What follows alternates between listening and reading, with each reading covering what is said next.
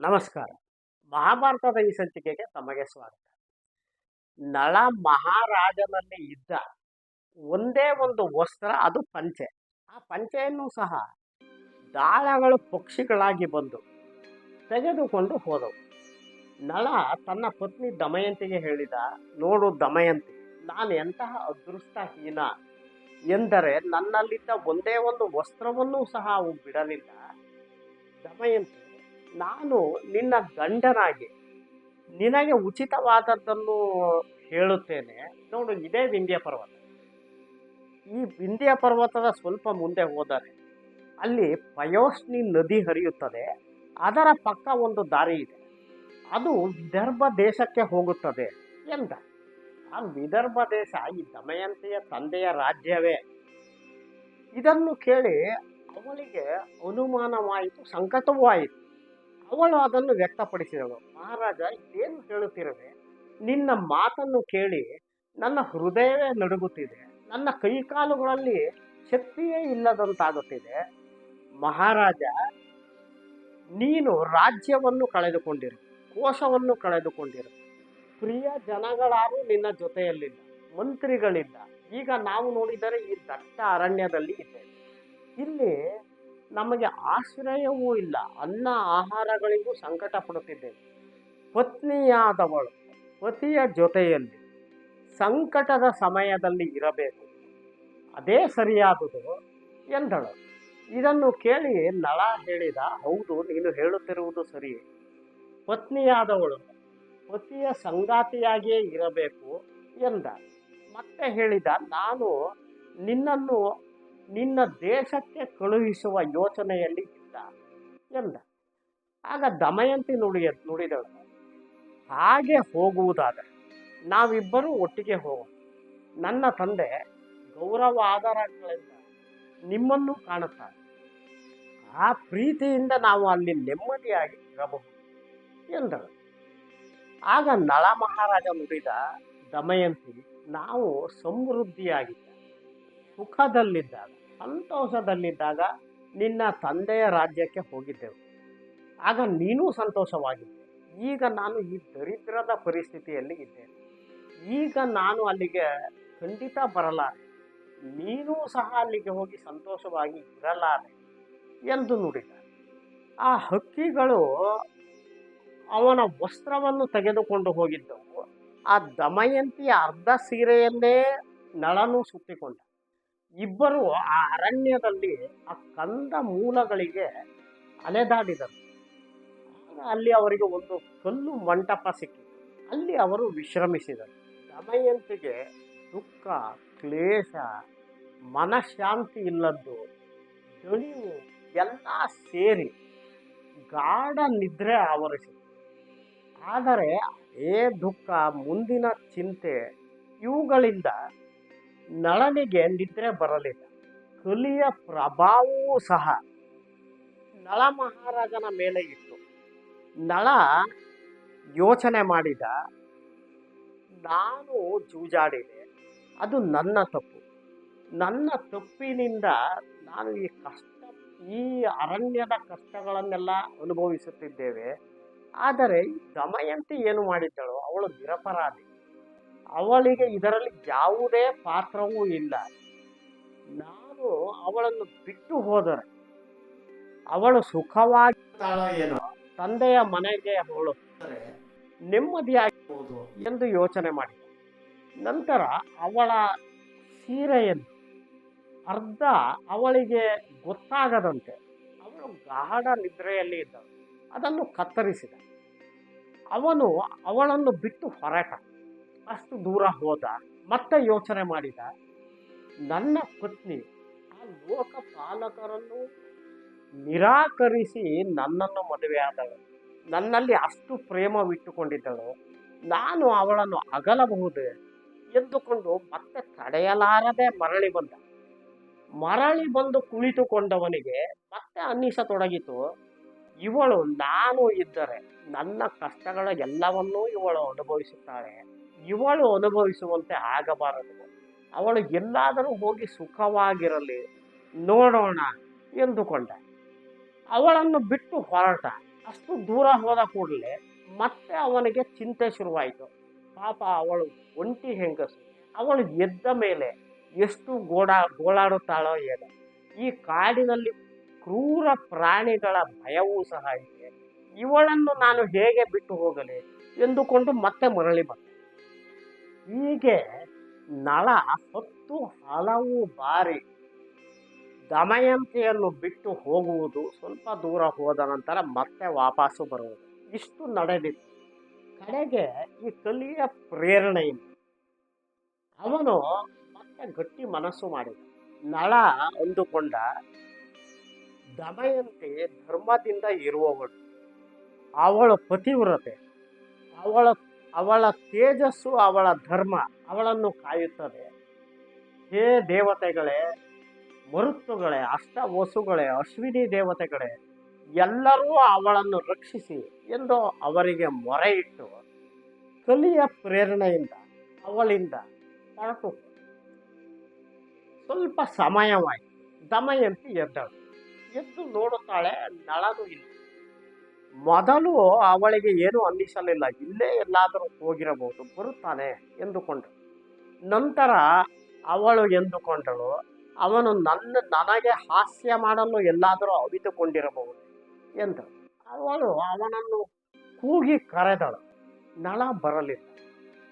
ಆಗ ಅವಳಿಗೆ ಆ ಶಂಕೆ, ಹಿಂದಿನ ದಿನ ಅವನು ದಾರಿ ಅವಳ ದೇಶಕ್ಕೆ ತೋರಿಸಿದ್ದು ಜ್ಞಾಪಕವಾಯಿತು.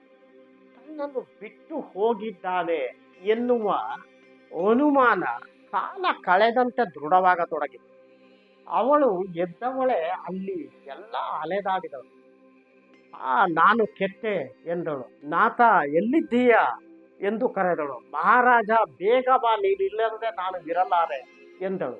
ನಳನ ಚಿಂತೆಯಲ್ಲೇ ಇದ್ದಳು. ನಳ ಮಹಾರಾಜ, ನೀನು ಎಷ್ಟು ಕಷ್ಟದಲ್ಲಿದ್ದೀಯೋ ಏನೋ, ನೀನು ಯಾವ ಸಂಕಟದಲ್ಲಿದ್ದೀಯೋ, ದಯವಿಟ್ಟು ಬಾ ಎಂದಳು. ನಾನು ನಿರಪರಾಧಿ, ನನ್ನನ್ನು ಏಕೆ ಬಿಟ್ಟು ಹೋದೆ ಎಂದಳು.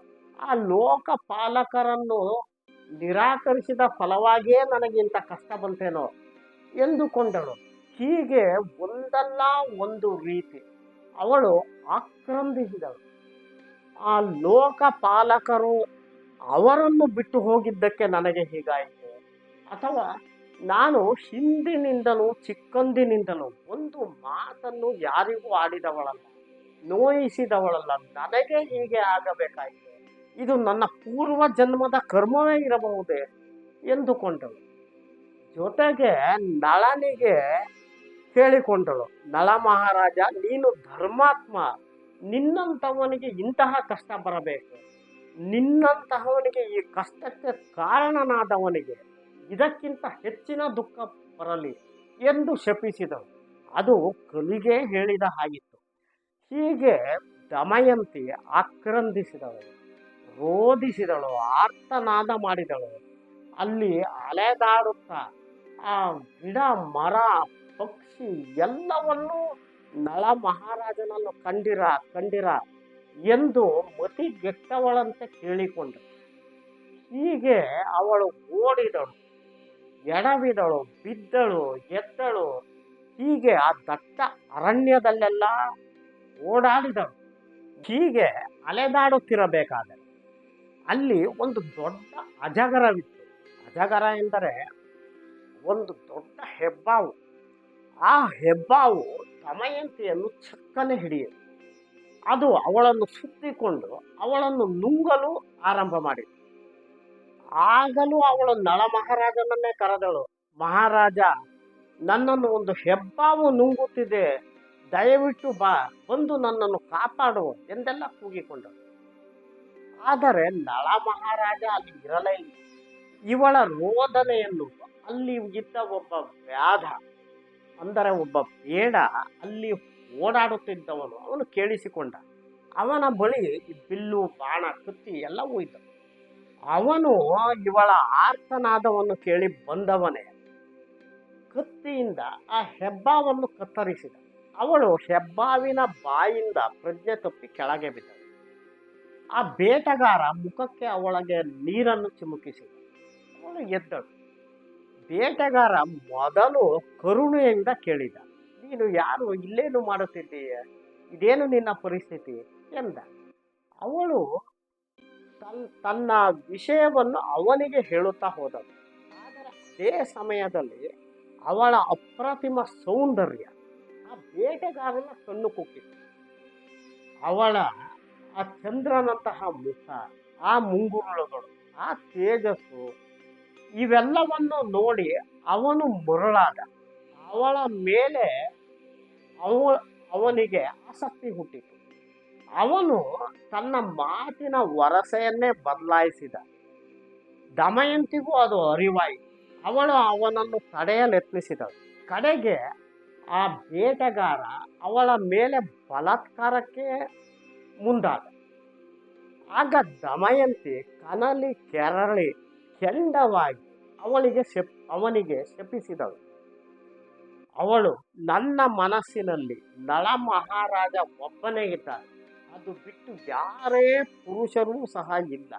ಇದು ಸತ್ಯವಾದರೆ ಈ ಬೇಟೆಗಾರ ಈಗ ದಹಿಸಿ ಹೋಗಲಿ ಎಂದು ಶಪಿಸಿದಳು. ಆ ತಕ್ಷಣವೇ ಒಣಗಿದ ಕಟ್ಟಿಗೆಯಂತೆ ಆ ಬೇಟೆಗಾರ ಸುಟ್ಟು ಕರಕಲಾಗಿ ಹೋದ. ದಮಯಂತಿ ಹೀಗೆ ಮುಂದೆ ಅವಳಿಗೆ ಒಂದು ವರ್ತಕರ ಗುಂಪು ಸಿಕ್ಕಿತು. ಆ ವರ್ತಕರ ಗುಂಪು ಇವಳನ್ನು ನೋಡಿ, ಇವಳ ವಸ್ತ್ರಗಳೆಲ್ಲ ಮಲಿನವಾಗಿ ಹೋಗಿತ್ತು, ದೇಹವೆಲ್ಲ ಧೂಳಾಗಿ ಹೋಗಿತ್ತು, ಅವಳ ಕೂದಲು ಹರಡಿ ಹೋಗಿತ್ತು. ಅವಳನ್ನು ಆ ಸ್ಥಿತಿಯಲ್ಲಿ ನೋಡಿ ಕೆಲವರು ಹೆದರಿದರು, ಕೆಲವರು ಕಿರುಚಿದರು, ಕೆಲವರು ಕರುಣೆಯಿಂದ ಮಾತನಾಡಿಸಿದರು. ಅವರು ಕೇಳಿದರು, ಇದೇನು ಇಂಥ ದಟ್ಟವಾದ ಅರಣ್ಯದಲ್ಲಿ ಒಬ್ಬಳೇ ಒಬ್ಬ ಸ್ತ್ರೀ ನೀನು ಇದ್ದೀ, ನಿನಗೆ ಏನಾಗಿದೆ, ನೀನು ಯಾರು, ನೀನೇನು ರಾಕ್ಷಸಿಯೋ, ವನದೇವಿಯೋ, ಯಕ್ಷಿಣಿಯೋ, ಯಾರು ನೀನು ಹೇಳು ಎಂದರು. ಆಗ ದಮಯಂತಿ ಸಂಕ್ಷಿಪ್ತವಾಗಿ ಅವರಿಗೆ ತನ್ನ ವಿಷಯವನ್ನು ಹೇಳಿದಳು. ತಾನು ಒಬ್ಬ ರಾಜನ ಪುತ್ರಿ, ತಾನು ಒಬ್ಬ ರಾಜನ ಧರ್ಮಪತ್ನಿ ಎಂದೆಲ್ಲ ಈ ನಳನ ವಿಷಯವನ್ನೆಲ್ಲ ಹೇಳಿದಳು. ಅವಳು ಹೇಳಿದ ಮೇಲೆ ವರ್ತಕರು ಹೇಳಿದರು, ನಳ ಎನ್ನುವ ಯಾರನ್ನೂ ನಾವು ಈ ಅರಣ್ಯದಲ್ಲಿ ನೋಡಿಲ್ಲ, ಈ ಅರಣ್ಯವೆಲ್ಲ ನಿರ್ಮಾನುಷವಾಗಿದೆ, ನಿನ್ನನ್ನೇ ಇಲ್ಲಿ ನೋಡಿದ್ದು ಎಂದರು. ಆ ನಂತರ ದಮಯಂತಿ ಆ ವರ್ತಕರ ಜೊತೆಗೆ ಹೊರಟಳು. ಆ ವರ್ತಕರು ತಮ್ಮೊಂದಿಗೆ ಕೆಲವು ಸಾಕಿದ ಆನೆಗಳಿದ್ದವು, ಕುದುರೆಗಳಿದ್ದವು, ಗೋವುಗಳಿದ್ದವು, ಅವರು ಮಾರಾಟ ಮಾಡುವ ಸಾಮಾನು ಸರಂಜಾಮುಗಳು ಇದ್ದವು. ಅವರೆಲ್ಲ ಈ ಸುಬಾಹು ಮಹಾರಾಜ, ಖೇದಿ ದೇಶದ ರಾಜ, ಆ ಸುಬಾಹು ಮಹಾರಾಜನ ನಗರಕ್ಕೆ ವ್ಯಾಪಾರಕ್ಕಾಗಿ ಹೊರಟಿದ್ದರು. ದಮಯಂತಿಯು ಅವಳ ಜೊತೆಗೆ ಹೋದರು. ಅವರು ಸಂಜೆ ಒಂದು ಸರೋವರ ಸಿಕ್ಕಿತು. ಆ ಸರೋವರದ ದಡದಲ್ಲಿ ಬೀಡು ಬಿಟ್ಟರು. ಅಲ್ಲಿ ಬಿಡಾರಗಳನ್ನು ಹೂಡಿದರು, ಸಾಮಾನು ಸರಂಜಾಮುಗಳನ್ನು ಅಲ್ಲಿಯೇ ಇಟ್ಟರು, ಅವರ ಪ್ರಾಣಿಗಳು ಸಹ ಅಲ್ಲಿಯೇ ಇಟ್ಟರು. ಅರ್ಧ ರಾತ್ರಿಯಲ್ಲಿ ಕಾಡಿನ ಮದ್ದಾನೆಗಳು ಅಲ್ಲಿಗೆ ನೀರು ಕುಡಿಯಲಿಕ್ಕೆ ಬಂದವು. ಅವು ಈ ಸಾಕಿದ ಆನೆಗಳನ್ನು, ಈ ಪ್ರಾಣಿಗಳನ್ನೆಲ್ಲ ನೋಡಿದವು. ಅವು ಇವುಗಳ ಮೇಲೆ ದಾಳಿ ಮಾಡಿದವು.